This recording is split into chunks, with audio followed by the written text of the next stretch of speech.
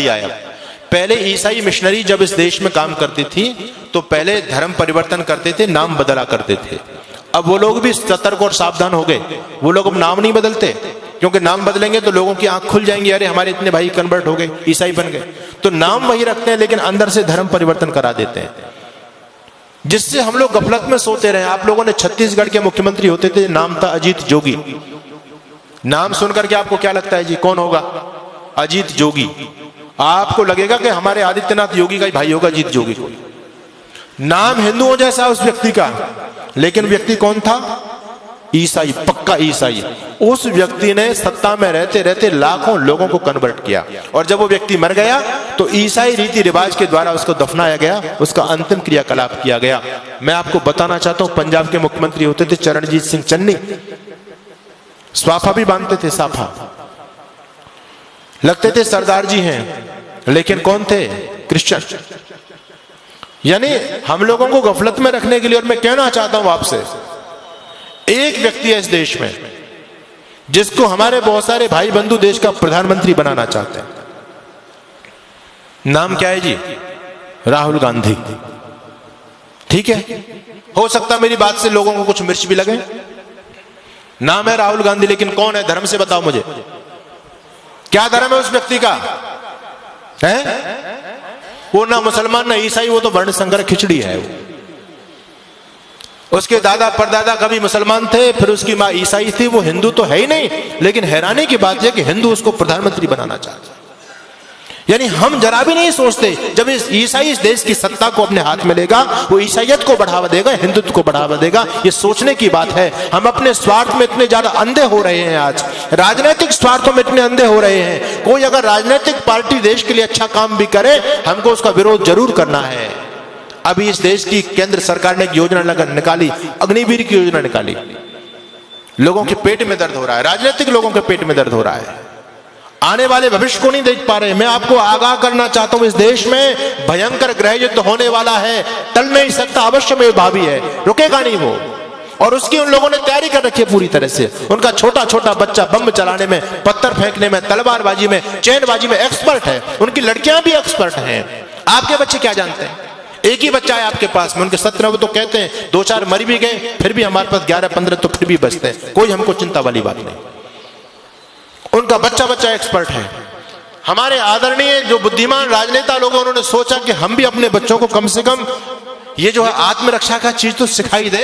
जब देश के हालात बदलेंगे तो कम से कम स्वयं की रक्षा कर पाएंगे, अपनी बहन बेटी अपने बच्चों की रक्षा तो कर सकते हैं वो लोग। इसके लिए अग्निवीर योजना चलाई गई कि हर एक बच्चे को सैनिक शिक्षा दी जाए।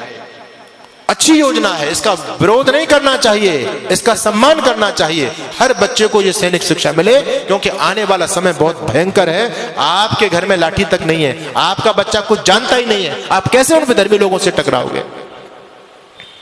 एक सज्जन कहने लगे, अब हमको AK-47 रखनी पड़ेगी, बंदूक रखनी पड़ेगी, भाला रखना पड़ेगा, अपने घर में फरसा रखना पड़ेगा, लाठी रखनी पड़ेगी। अरे मैंने कहा, इतने हथियार के नाम तुमने गिना दिए, इन हथियारों को चलाएगा कौन? कोई चलाने वाला है तुम्हारे पास में? एक बच्चा है, उसको हमने क्या बनाना चाहते हैं? उसको DM बनाना चाहते हैं।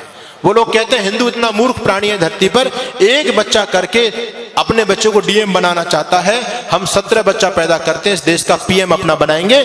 जिस दिन इस देश का PM हमारा बन जाएगा, DM कुछ नहीं बेचेगा, शासन हमारे हिसाब से चलेगा। क्या लोगों की योजना है? हमसे ज्यादा सोच रहे हैं वो लोग। आप एक बच्चा करके उसको सरकारी नौकर बनाना चाहते हैं, और वो 10 बच्चा पैदा करके सरकारी अपना बनाना चाहते हैं। बताओ किसकी योजना में ज्यादा दम है? हम तो कहीं नहीं ठहरे उनके सामने। उनका इतना समर्पण देखो। आपको मैं धन्यवाद करूंगा कि आज हमारे नौजवानों की संख्या है, यहाँ बच्चे भी आते हैं, बहुत कम उपस्थिति में आते हैं, लेकिन उनकी मस्जिद के अंदर आप जाकर के देखो कितने नौजवानों की फौज है वहां, क्योंकि वो उस काम को कंपलसरी समझते हैं। हम इस धर्म कर्म को, सत्संग को कंपलसरी नहीं समझते। हम तो ये समझते हैं ये हमारे काम का, बच्चों का क्या काम है इसमें, स्वयं हाथ हिलाते हुए चले जाते हैं। लेकिन वो लोग सारे के सारे समर्पित हैं अपने मिशन के लिए। इसलिए मैं आपके बीच में निवेदन कर रहा हूं, भयंकर आंधियां चलने लगी हैं, ज्वार को पैदा करो।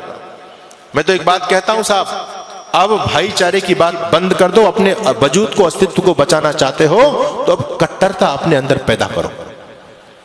हम दुनिया से इसलिए खत्म हो गए, सारी उदारता की ठेकेदारी हम लोगों ने अपने ऊपर ले रखी है बस।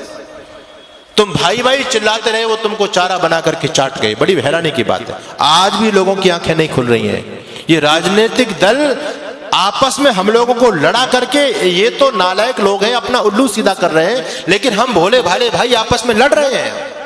उनके षड्यंत्र को नहीं समझ पा रहे हम पूरी तरह से। आप लोगों को अभी उदयपुर में जो हुआ, एक केवल ट्रेलर देखा है, फिल्म चलनी बाकी है। द कश्मीर फाइल आपने देखी है, ये 30 साल पहली घटना है। अगर इसी प्रकार से सोते रहे तो 30 साल बाद देखना गली गली में कश्मीर फाइल चलेगी। अभी उनकी आबादी केवल 25% है सरकारी आंकड़े के हिसाब से, और 25% रहने के बावजूद भी वो आपको सड़कों पर नहीं निकलने देते। रामनवमी का जुलूस नहीं निकाल सकते आप, हनुमान जयंती का जुलूस नहीं निकाल सकते आप। निकालने का प्रयास किया, क्या स्थिति हुई? आपके राजस्थान में बहुत सारे जिले हैं, आप वहां जाकर के देख लीजिए।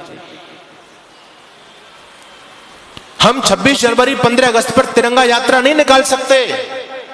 अभी वो केवल 25% है, तब आपको सड़क पर नहीं निकलने दे रहे हैं। जिस दिन 40 और 50% हो जाएंगे, आप लोग क्या सोचते हैं कि आपको अपने घर में रहने देंगे? वो संभव ही नहीं है। अपने